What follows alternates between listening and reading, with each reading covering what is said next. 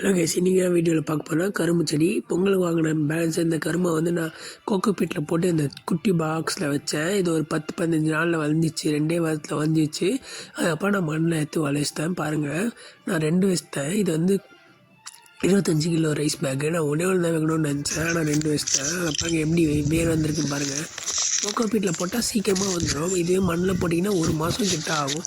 அதனால் கோகோ பீட்டில் போடுங்க. Cocoa beat என்கிட்ட இருந்தது, அதான் நான் போட்டேன். அப்புறம் மண்ணை அழிச்சு ஒன்று அம்மா வேர் தெரியாமல் இன்னொன்று நட்டுக்கிறேன் பாருங்க. அது பக்கத்துலேயே மண்ணில் இருக்கிற மாதிரி இருந்தால் நான் இப்போ கணு வந்து மேல் பகுதி பார்த்து இருக்கணும். கரும்பு மண்ணுக்கு இப்போ தான் முளைச்சி சீக்கிரமாக வரும். இல்லைன்னா கோகோ பீட்டில் போடுங்க. பாருங்கள் எவ்வளோ பெரிய சைஸு. நான் 15 நாள்லேயே வளர்த்துட்டேன். இது 2 வாரத்தில் வளர்த்துட்டேன்.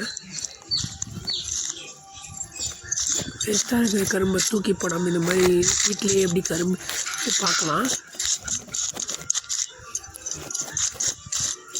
ஹலோ கைஸ், நெக்ஸ்ட் வீடியோவில் நான் உங்களை பார்க்குறேன். பாருங்கள், இந்த மாதிரி நட்டாச்சு.